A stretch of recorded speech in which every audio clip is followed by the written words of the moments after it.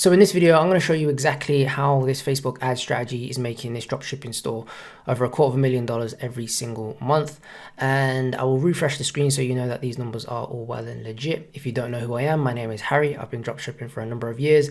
I've done over $10 million in sales and still do millions every single year with dropshipping. So with that being said, let's just jump straight into the video and show you how to do it. So this video is broken down into 3 phases. There is first phase, second phase, and third phase. I'm going to break down exactly how to set this up, the rules, the goals, and exactly how you can do this. It's very, very simple, by the way. A brain dead monkey could pretty much get this strategy to work. And I do want to caveat by saying that it's not so much the strategy. There are many different strategies, with dropshipping and how you can do Facebook ads. But to be honest, it doesn't really matter. Facebook ads is very, very simple nowadays, and I like to make it as simple as I possibly can. And like I mentioned, this strategy will make it as much as it can possibly be in terms of being hands-off and focusing on the 80-20, which is the creative side of things. Now, a bad product and a bad offer will not make any product work regardless of your actual strategy itself. So first and foremost, you want to make sure that you have a good product, you have a good ad, which you need to be focusing your time on, and obviously a good offer. And providing that you have those things in place, this strategy will make you a ton of money. So make sure you follow along. So the first phase is ultimately the test. Okay, so most people watching this video, if you are dropshipping, you are probably, if you haven't found a winner at the moment in time, you're probably testing multiple different products. This is the way I like to test a product, and speed wins pretty much 80% of the time. I'll probably go as far as saying 90% of the time if you're the first person to test a product and be the first to market or bring it from, TikTok shop to Facebook ads, or anyway, anywhere from one platform to another platform, speed will always win. And this is essentially how I like to set things up. So first and foremost, it's just a CBO campaign, which stands for campaign budget optimization. I used to do a ton of ABOs and ad sets and all that malarkey. And really in 2025, that is not the way to go. You are just causing yourself more stress, being inside of the ad account and all that stuff. Just keep things simple and simple scales. So you have one CBO campaign, and what you're going to do is every single one of these ad sets is going to be a different video. Okay.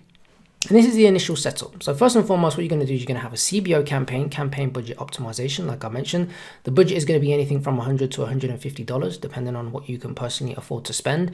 It's pointless going anything less than this because you're not going to give Facebook enough data enough flexibility and money to be able to go ahead and let it do its job.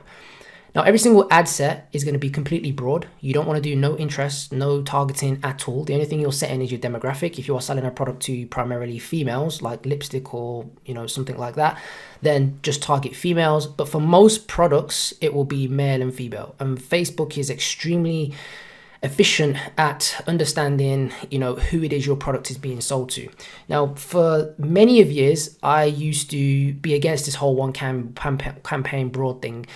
And it was only, recently that I kind of not even recently, but you could say in recent times, I actually switched to a broad strategy because Facebook is able to read, the algorithm is able to read everything from the creative, what the video is actually doing, who's in the video, what the captions say, your product page, the colors on the product page. Like literally, it can scan absolutely everything about the ad, the setup, the creative, to show it to who is most likely going to convert. And that's why you want to go completely broad. Now, every single one of these ad sets is going to have only one single ad. And this is just the creative, like I mentioned, phase 1. You'll see in phase 2 how we expand upon this if we have something which is ultimately working. But this is how the setup's going to be. Very simple. And every single one of these ads and every single one of these videos is going to be different creative. It's going to be, you don't want these to be exactly the same. You don't want them to be, video 1 and then this be the exact same video with a different hook and this be a different hook. They're going to be completely different videos. So this one could be just a UGC creator talking about one thing. This would be a different angle. Maybe it's a longer form video. Maybe this one's a VSL. This one's a 5 reasons why. Talking about a different angle. And your goal here is to kind of do like a shotgun approach out of the gate, because like I mentioned, speed wins, and you don't want to go ahead and have, 3 different, videos out of the gate and creating and having to test the product with, 20 different ads with, 5 different ad sets and loads of different hooks. We will get to that point, but out of the gate, this is the fastest and easiest way to get a test up and running. It works remarkably efficient. So this is how you're going to set things up. CBO, $100, $150, a Okay, anything from 4 to 7 ad sets. Every single creative is going to be one inside of there. These can be also rip TikToks if you wanted to. People like to go to Kalo data, you know, and rip the most viral videos out of there. Some of them will be some that you put together yourself, and you know, you've got some generated ChatGPT scripts that you've put together. You build out your own script. You know, maybe this would be one of those two. Some of them are rip TikToks that you've tweaked and changed. The goal is for validation. Okay, now moving forward from there. Okay, here are the rules. You want to leave this for at least 24 to 48 hours. And I'm probably going to go as far as saying 72 hours. You don't want to do anything on this day. In fact, let's change this to 48 to 72 hours at a minimum. Okay, I personally, this is me, I personally leave it for 3 days, regardless of if it's profitable or not. I just like to see how things works, because most of the time, like I mentioned, like day one, 90% chance will be at a loss or break even. And that's totally okay. Okay, because you are... The algorithm, the way it works is that it gets smarter over time. The way the algorithm works is it will show it to a batch of people. Those batch of people are either going to keep on scrolling, they'll watch a little bit, some will click through, some will add to cart, and some will just completely disregard the ad. And then it learns off that, and then we'll show it to more people more likely to take the action that you're optimizing for, which would be purchase. So you obviously set this at purchase. So if you do get any purchases, the longer that you leave the campaign budget so that the CBO running, the better it's going to perform over time. Okay, so if results are pounced on day one, please do not freak out. Most people, they'll just start panicking and just, you know, turning stuff off on day one. You just go around on a rabbit cycle if you continue to do that.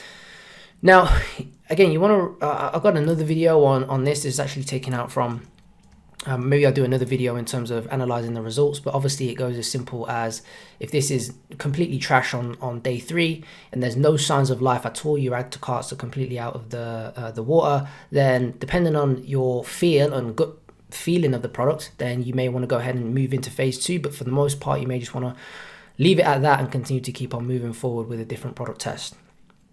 Right? Now, in terms of the goals here, the goal is to just basically see, is there any potential validation, right, or any signs of life? Do we cut the product and move on? And we have to remember that you are buying data and not losing money. Most people get upset that they're losing money or I lost money in 3 days. No, you're basically buying data. The data is telling you, you know, this ad was good, this ad was trash. And what will happen on from day 3 is you'll find that, you know, this was trash, this was trash, this was trash. But, you know, this was profitable and this one was profitable, or maybe this one was like breaking even. And now all of a sudden you have some data, okay? You know what is working now. You have some form of data now that you can go off and move on to phase 2, because this was profitable. Maybe it got a little bit of spend. This was profitable. This has got most of the spend. These were all trash and they just didn't get any spend, or they were spending and they had low ROAS, okay? So once you've done phase 2, right, and you have some validation, you then want to move phase 1, sorry, you then want to move on to phase 2. And phase 2 looks like this. So what's going to happen now is, instead of just testing out these, right, what you're then going to do is you're going to be testing out batches of 3. So let me move this across like this here. Okay, there we go. What you're going to be doing is testing batches of 3. Okay, so let's just move this like this. There we go. Put that down like that. There we go. So what you're going to be doing is, instead of just testing batches of 1, you're going to be testing batches of 3. And what that basically means is that you are, instead of just testing out one ad set, you're then going to have another ad set, but these ones are going to be instead different variations. So you're going to have hooks. If it's a video, obviously the first 3 seconds, the visual, the caption, whatever it is, that those first 3 scroll stoppers, first 3 seconds of the scroll stoppers are going to be different. Okay, this could be a different caption, like I mentioned. It could be a different visual. You know, that's going to be the first thing that you're going to be changing. The overall concept is going to be something, and relating this to videos is going to be hooks. But if you're relating it to statics, here are just some examples. You can see here that you just changed the headline. So this one here is going for different angle. The concept of the advert is exactly the same. So it's a benefit call out, or it's an ingredient call out, I should say, if we zoom in a little bit here. Okay, but you can see here it's got brain fog gone, bloating gone, and relieve joint pain. 3 different angles that it's talking to, but the concept itself is the same. And this would be just one ad set, as you can see in here, but the headlines are completely different. And you're going to go down this path of, now, instead of just one, once you've got that validation, you're just going to be then doing batches of 3. The reason why you want to do batches of 3, I just find you can test a hell of a lot more. And now that you have the validation, it's worth actually testing more. rather than just doing one ad set like this. This is just the rapid phase, whereas now you're in the creative testing phase, okay? So let's say, for example, this is valid. So like I mentioned, you then move into creative testing, which is ultimately going to be to test new ad sets. And these are going to be different concepts, different angles, different iterations. And like I've mentioned, if we have a look at this one like we did before, maybe this one was trash, this one was trash, and I can't remember, this one was trash, but ultimately this one was okay, and this one was okay, and this one was good. Then what we could do is say, okay, we've got ad set 6. This video was, you know, some UGC creator talking about a specific pain point or something. So what you can then do now is, like I mentioned, add in a new ad set, right, which is an iteration of this one here. And maybe you just chop out the first 3 seconds and put in something else, put in something else, put in something else. Why? Because you're operating based off something which ultimately worked and had spend in your first phase, if that makes sense, right? So the goal here, if I click back off this here, let's get, where are we? So the goal here is to ultimately identify angles that resonates with the customer, because not every single one of these angles here is going to work. Like I mentioned, some of them are going to be trash, some of them are not going to get spend, some of them are going to get high spend and low ROAS. But what you want to do is you want to look at the leading metric is spend. Spend ultimately in Facebook's terms is what it thinks it can get the most amount of, you know, the most amount of purchases from, or whatever it is you're optimizing for at, you know, if it sometimes it's profitable, sometimes it isn't, but the spend is the leading metric because that's what Facebook thinks, that's what people are clicking on, that's what they're going from. It doesn't always be profitable, but that's where you want to latch onto to make those iterations, like I mentioned here. So you want to iterate on winning angles and concepts that are working. So whatever was working in this one here, right, you're going to take those batches of 3 and test out new stuff, new headlines, new hooks, etc. New ways of saying the same thing, if that makes sense.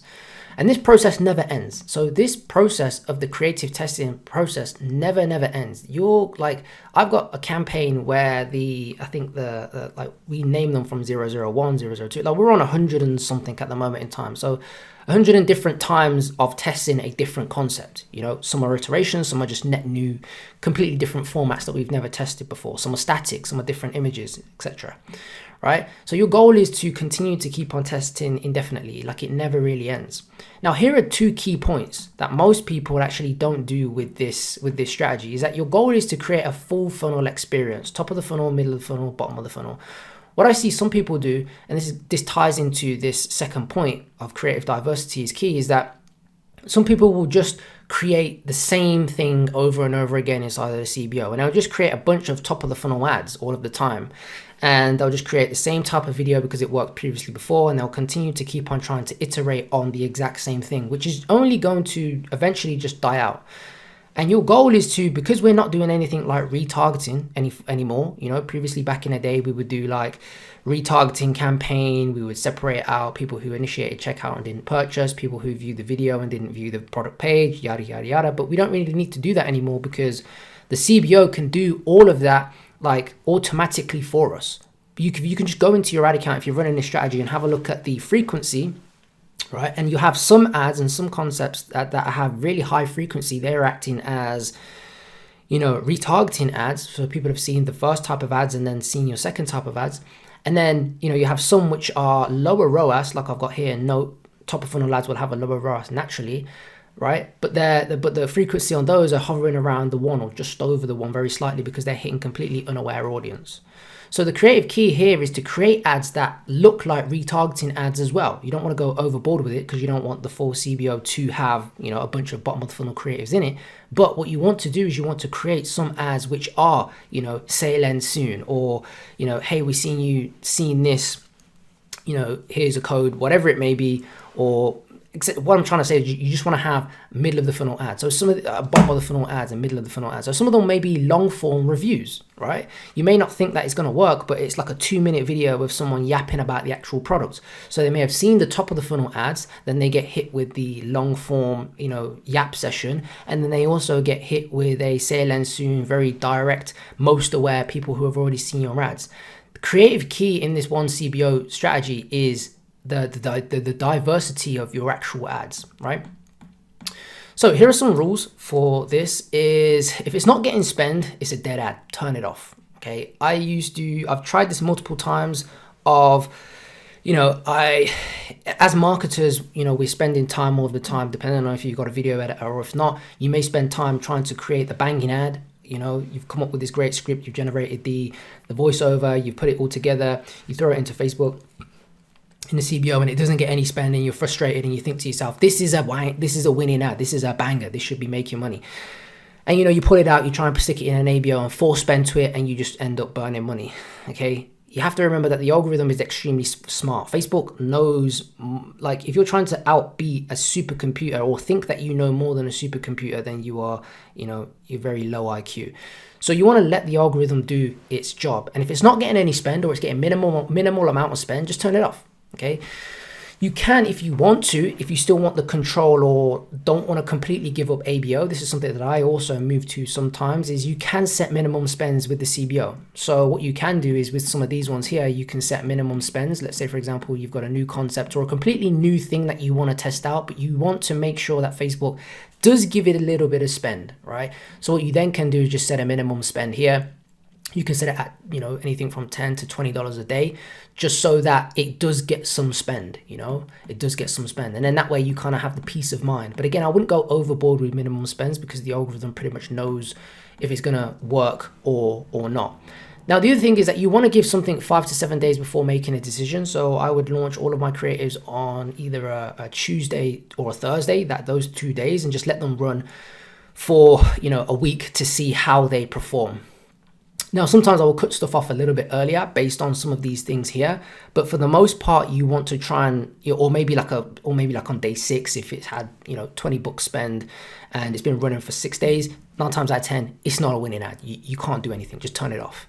So here are some scenarios that you will run into. First and foremost, you would have high spend, low ROAS. If that is the case, if it's pulling down, so some, like, your top of the funnel ads will have lower ROAS naturally, like I mentioned, because they're going to a completely unaware market for most of the time, and they're naturally just going to a wider audience, right? So again, sometimes you would leave these ones on, because if you turn them off, I've seen previously before where you turn them off, it just tanks everything else, because remember, you have the full funnel experience, that of the top of the funnel, middle of the funnel, bottom of the funnel, and that ad that is at maybe a 1.6, whereby it's just breaking even, or just above breaking even, 10% profit margin. If you turn that one off, everything else is just going to tank, because Facebook needs to then find another one that can drive that amount of traffic. Okay, so again, I've made that mistake before. Don't do that. However, if it is like a 0.8 and it's sucking up spend and it's just total trash, then obviously you want to turn it off. But because it's getting spend, there may be something there. So what I also like to do is every single week I'll go inside of the ad account and have a look and sort by spend and see what is getting the most amount of spend in that weekly period. And then you want to pull those out and have a look at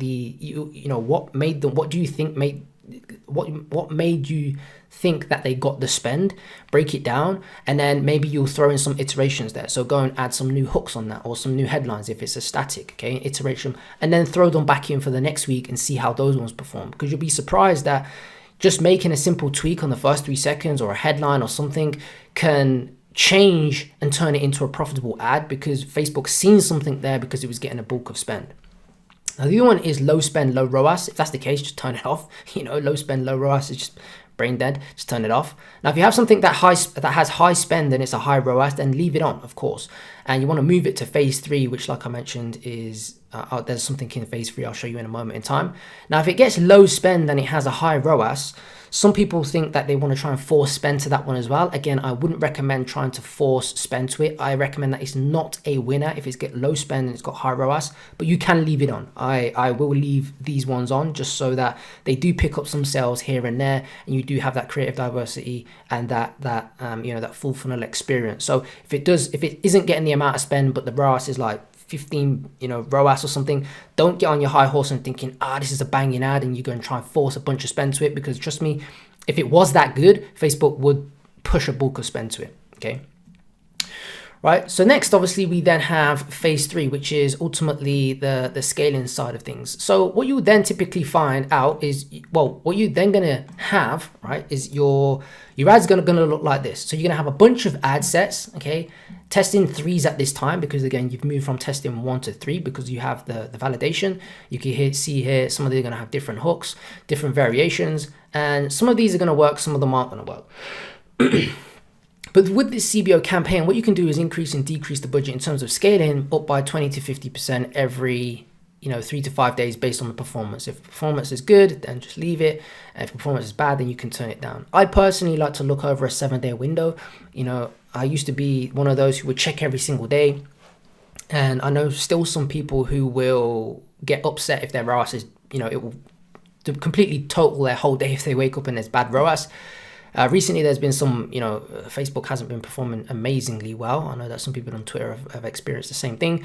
But we look over a 7-day window, sometimes even a 14-day window to see, if how things have been performing and opening up that look back window rather than just focusing on 1 or 2 days, because ups and downs and volatility is always going to happen.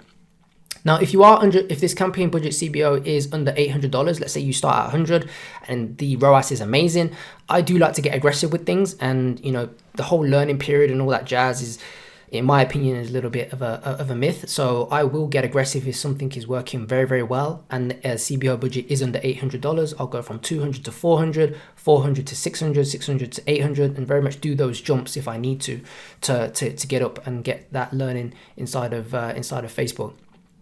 Now, if you are more advanced, you can try surfing budgets on the weekend. Surfing is essentially taking this budget and increasing it, up on the weekends. So let's say, for example, you come out the gate and it's, you're at a 3 ROAS on a Saturday morning. You can increase the budget from, let's say you're at 200, for example. You might at 11 a.m.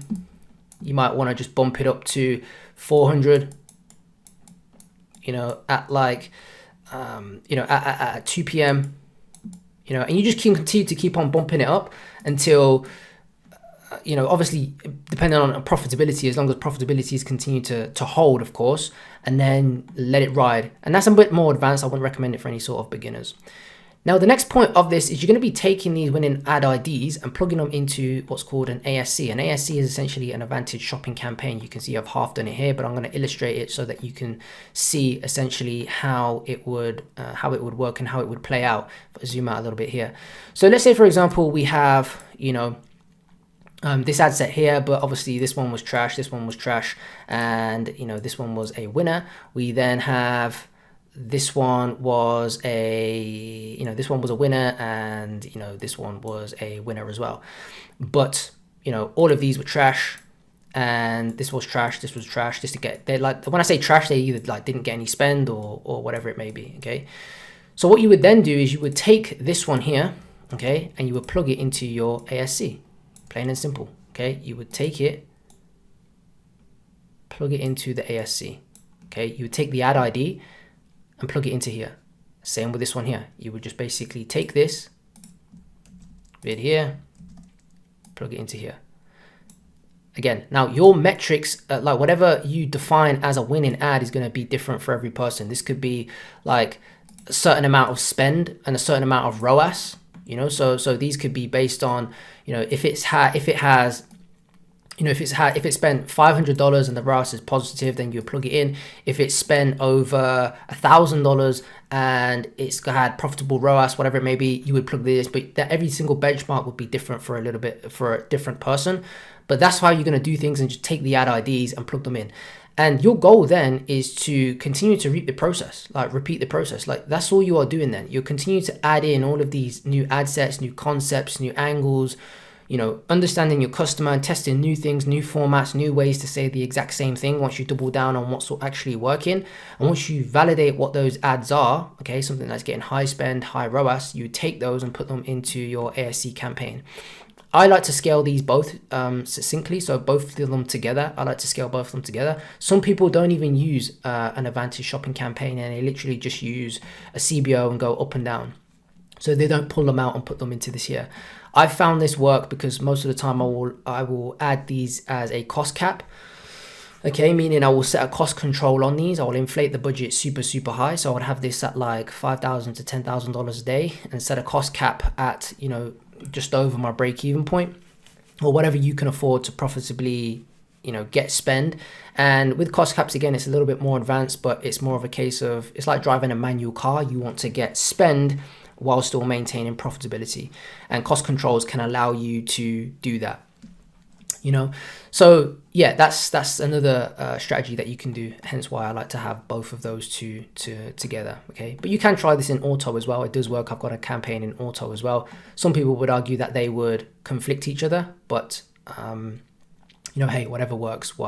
So that's the strategy in terms of phase 1, phase 2, and phase 3, right? Hopefully you got some value.